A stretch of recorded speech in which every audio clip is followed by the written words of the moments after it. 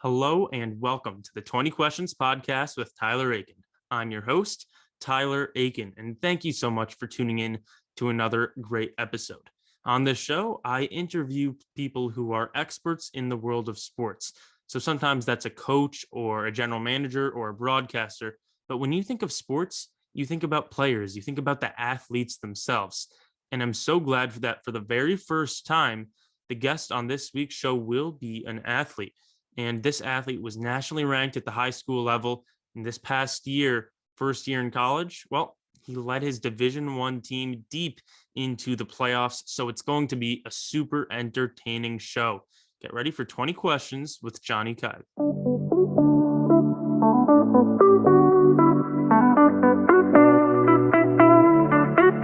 Hello and welcome to the show, Johnny. First question is a toss-up. How are you doing today?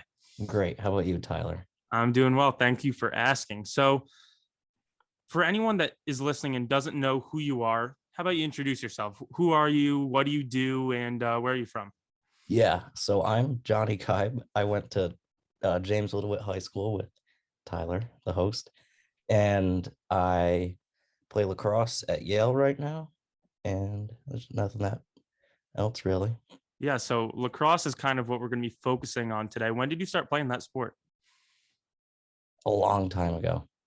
Like, especially around here, it's pretty popular. Not like it is a lot of other places. So I was able to start when in like kindergarten, as soon Wow. as like the youth lacrosse, whatever, opened up. So yeah, instead of playing maybe a rec league soccer, rec league basketball, lacrosse was your thing. And when did you know that you weren't just like the average player, that this was going to be more than just a hobby for you? Um, I don't really know. I think so. I played pretty much every other sport you could play when I was little too. And I was just I liked it better and was better at it than the other ones. So I guess by the time like middle school, I had an idea I was pretty good. Yeah, and then in middle school, you ended up getting pulled up to the varsity team. Not a lot of players get to, play varsity in eighth grade. And James Will Do It had a very good team at the time. So what's it like contributing to a team? Like you're on the field, you were scoring goals like right when you got pulled up. And there's guys 3, 4, 5 years older than you. So how did that feel? Was that intimidating at all? Yeah. Yeah. I didn't really.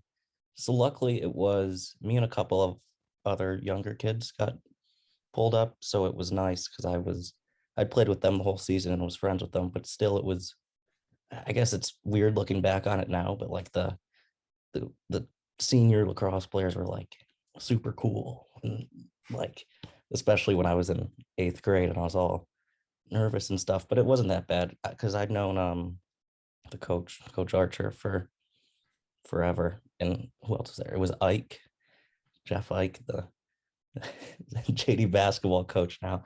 But yeah, it was pretty scary at first. Everyone was nice though. I think I'd heard conflicting.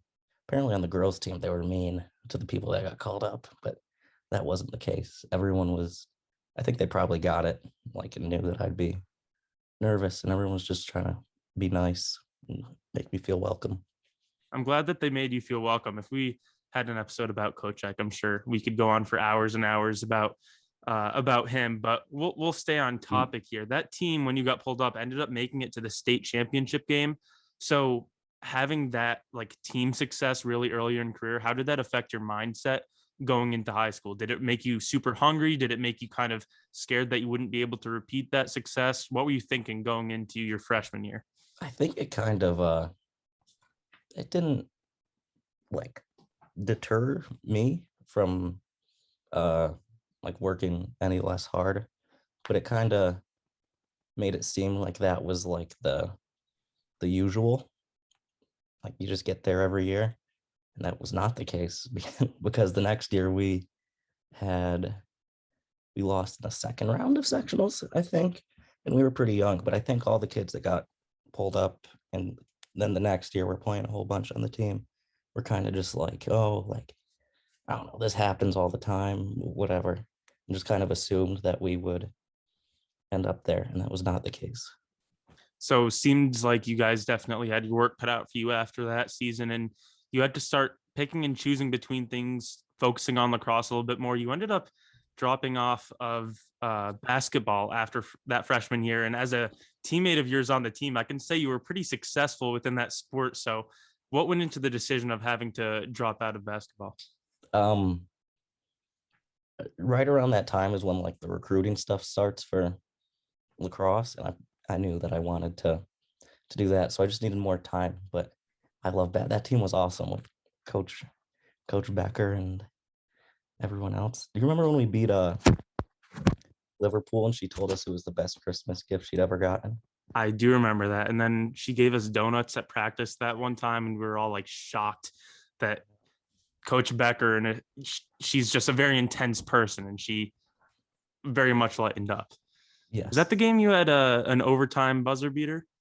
I don't know if it was a buzzer beater, but you played. It was an overtime game. I remember that. We went into overtime. I don't know if it was, but I feel like I'd remember that. It was I just remember I have a vision of sitting on the bench, which I missed a shot at the end of the four, like it was tied, mm-hmm. and I shot it and I missed, and we could have won then, but then we ended up. But it did end up working out. Yes. One in overtime. You played pretty well. I was on the bench. I remember watching you on a fast break and getting a big layup in overtime, and me being on the bench and you being on the court. It speaks volumes to where we are right now in college. But yeah, those were good times. And you started talking about recruiting a little bit. What was that like for you? I mean, so you're just freshman, sophomore, that recruiting process started. Mm-hmm. Talk to me about what that was like. So I want to say this. So like 5 years ago, maybe a little more, the recruiting was like crazy because kids were like committing in 8th grade. Wow.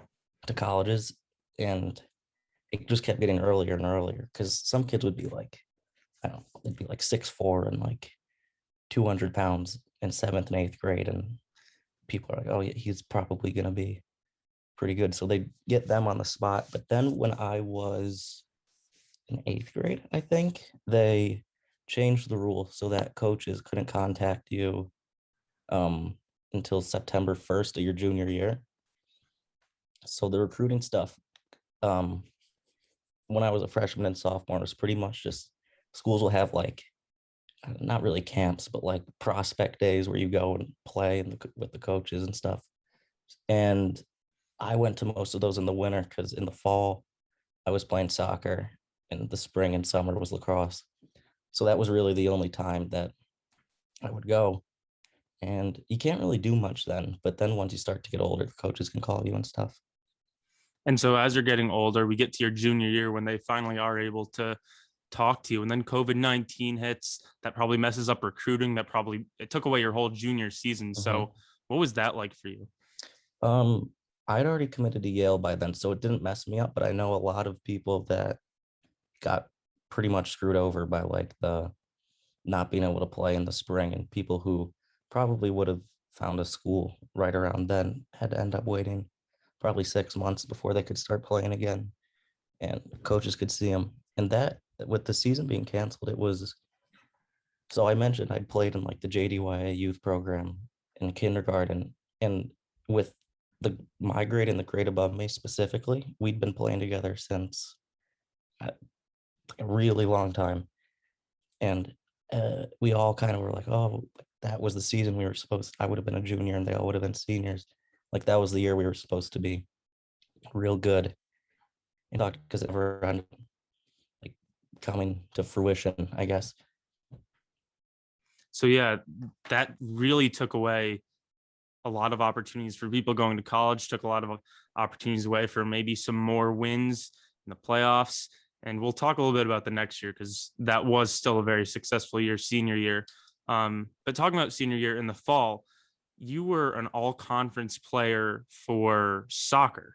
So you did say earlier you had to drop basketball, but balancing two sports, I mean, you were an All-American for lacrosse and then an all-conference player for soccer. How did you balance working hard, getting better at both of those sports? Because that's a lot to handle. Even just getting one of those awards would be phenomenal for someone.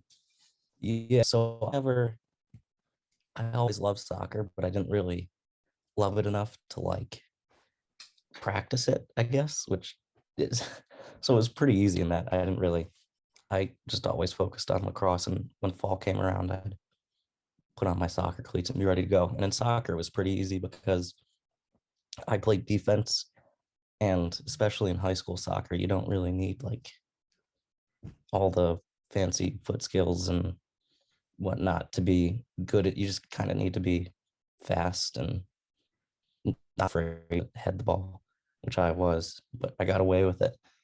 And so I didn't really practice soccer that much. And when the season would roll around, I just lace them up and be ready to go.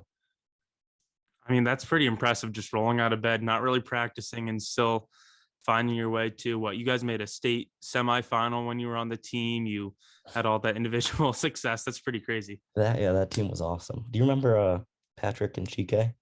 I do remember them. Yeah, They were the best. I miss them. I still text them every now and then. that's awesome. So then, yeah, to cap off your high school career after that great soccer season, you had lacrosse, you were named an All-American, you had 63 goals, 39 assists. You guys dominated all the way to the sectional championship, which was the furthest you could go in the playoffs at that point. You were a Bob Scott Award winner for on and off the field performance. I mean, those are a lot of accolades. Are accolades something that motivates you, or is there something else that kind of like motivates you to succeed? No, they don't really. They're nice, but it's not. I don't know. I just want to. I think the main motivator is just winning, and in order to get there, it just kind of you have to like what you're doing to work towards winning is working hard on yourself and your team. And if you're working hard on yourself, then the accolades normally just come with it. Yeah, you certainly sound like a team first player. And as we're kind of wrapping up talking about high school, do you have any favorite memories of your high school lacrosse team that, you're going to look back at fondly? I nah the memory that sticks out isn't from lacrosse, it's from soccer. Okay. And I mentioned Patrick and Chike earlier. They were they had just come from the Congo. They were in a refugee camp there and went through like a lot of bad stuff. And they just come over here and they didn't really speak that well at English. They were really funny. And in the state championship, we had to stay in a hotel. So my roommates were Gavin McCall, JMO McLaughlin, who plays lacrosse at Stony Brook, and Chike. And the thing I remember most is Chike tickling my feet at 6 in the morning, singing Akon. That's quite the way to wake up. I woke up. Yeah. We didn't have to get up till 8 in the morning. What are you doing up? It's time to get up. No, it's not. Did he ever explain why that was his strategy to wake you up, or Never. no? I think that's probably one of the stories that's better left with a little bit of mystery around it. So we're going to talk about college in a bit. We're actually going to talk about college now, but we're not going to go to Yale. We're going to talk about Syracuse because your coach, Jamie Archer, was a great player at Syracuse. He was an All-American there. You've had several teammates that ended up playing at Syracuse. Was that ever a possibility for you? Did you ever get any pressure to look there, or were you always going to branch out a little bit further from Central New York? It definitely was. I went on a visit there and talked to him, and the visit was easy. I skipped school and drove 5 minutes down the road to the athletic offices.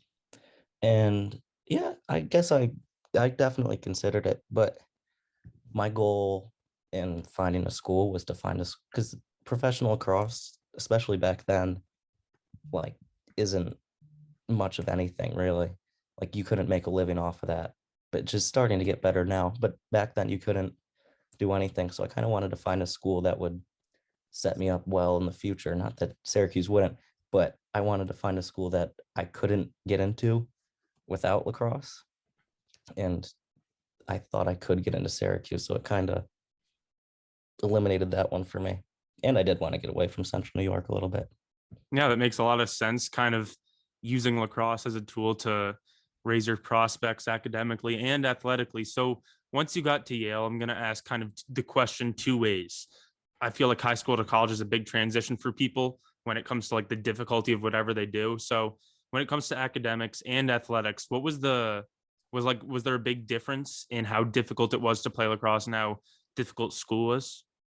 Um, yeah, that definitely was. The lacrosse stuff, it was a huge jump from high school to college just because I feel like they talk about it in like the NFL, we're coming out of college and like, oh, it's way faster. And I never really knew what that meant until like my first practice there, and everyone's screaming and running by me and is bigger and stronger. So it took me some time to adjust there. In school, the school wasn't necessarily I'd take that back. It definitely is harder, but like it wasn't the hardest part about it was finding time to actually do it because I'd start my homework at around like 8 or 9 o'clock at night. And then some nights it would be just hours, and that sucks. So it was just kind of managing my time with school and lacrosse that made it hard.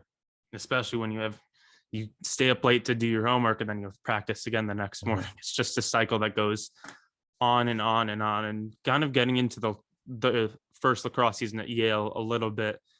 I mean, obviously you started pretty much right away. There were a few games at the beginning where you didn't, but I mean, you were on the field right away, but the role might not have been the same as it was in high school. In high school, you Yes. were the guy. Everyone was looking towards you, and that was different at Yale. So how was that like mentally for you going into a situation where you are not kind of looked at the same way within the team?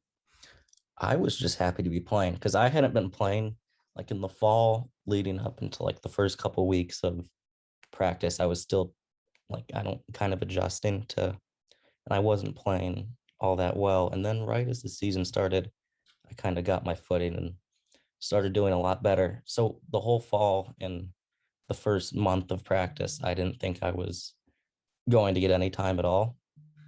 And just going in like the fourth game, I I was just happy to be in there and would do. I didn't really care if I scored or got an assist or whatever. It was way more fun than driving 4 hours somewhere and then sitting on the bench. So I was just happy to be there. And yeah, you were on the field and you were there with your team, and you were there with your team for a while. Yale had a really great season, made a little bit of a run in the NCAA tournament. So Mhm. what are your expectations for next year for yourself, for the team, building upon that success? Yeah, I think we should if we do everything right, then we should be pretty good again next year. We're returning most of our team. I think all but three people that played are coming back, which is good. And yeah, I don't know. I think we should be pretty good again next year if we have the same mentality and same players, and our coach is the man and he'll hold us to it. And then for yourself, what do you want to see out of yourself next year? I think I should still be playing. I hope so. And so I'm gonna work hard to ensure that that happens. And I don't know. I don't really I'd like to probably score more goals, but that's very minimal to like the overall. Like if I scored 0 goals and 0 assists, but we made it to the national championship or won or whatever, that would be much better than me having a fantastic year statistically and then us pooping our pants in the first round of the Ivy League tournament. You're certainly a team first guy. That's been the theme whole of this whole show so far. So kind of moving past lacrosse, you did mention you went to Yale because of the possibility for what you're going to do after lacrosse. Where do you see your kind of personal life going after? Is there a career path you have in mind, a type of job you want to have? No idea. That's another good part about Yale. It's a liberal arts education. So you got 2 years. So at the end of this year, I have to declare a major. But the first year I spent pretty much just taking a class on everything I could just to, because the only thing I've ever actually enjoyed in life is sports. And there's not a class on that there. So I was just trying to find something that I like in the academic realm. And I'm still working on that, but I have another year to figure it out. You certainly have the time. We're working towards the end of the show. Got two more questions for you. And before I let you go, I have to ask about the highlight clip from that NCAA tournament. It was posted all over social media against St. Joe's. You had a beautiful jab step, a nice goal. And I mean, The NCAA lacrosse page posted it. I saw on a bunch of other Instagram accounts. What was that like for you? Just kind of having a mini viral clip go out there. Oh, it's pretty cool. I opened Instagram after. I'm like, oh, there I am. But I don't know. It's pretty cool. It's nice seeing all your friends support you, I guess. Yeah, and support, that's kind of a good transition to my last question. If you had to give advice to someone who wants to end up playing lacrosse or any other sport at the Division I level, what would your advice be to them? I would say like work hard and whatever, but I feel like everyone says that. I got to think of a better one. Uh, I don't know. I think school's pretty important because it opens up. Like I was talking to, I guess this is probably more focused around lacrosse because if you're playing like football or basketball, they aren't, and you're good enough, they aren't gonna look at your grades necessarily. But I was talking to my coach because I was working at some recruiting thing and he was there watching kids and he was just kept pointing out kid after kid that was really, really good at lacrosse, but just like they couldn't get in, I guess. So I always focused on that in high school just to kind of open up more options, and it definitely ended up working out in the long run. And I will say, all of you guys probably don't know this. Johnny's absolutely underselling himself. He sat behind me in advanced placement calculus. I really hoped he sat in front of me so I could look at those papers. Did not get that opportunity, unfortunately. You did not want that, Tyler. You definitely did not want that. I mean, you were in the class. I feel like that has to say something, Johnny. I guess. All right. Well, thank you so much for coming on the show. I really appreciate it, Johnny. Thanks, Tyler. T-Swag. Another big thanks to Johnny for coming on to the show. It was such a great conversation. I learned a lot and I laughed probably even more. So what a great episode. We're going to be dropping another great episode in 2 weeks and you're not going to want to miss it. So make sure you're subscribed to our YouTube channel and you can follow us on TikTok, Instagram, and Twitter. All of those accounts are linked right below in the description. Thank you so much for listening to another episode of the 20 Questions Podcast with Tyler Aiken.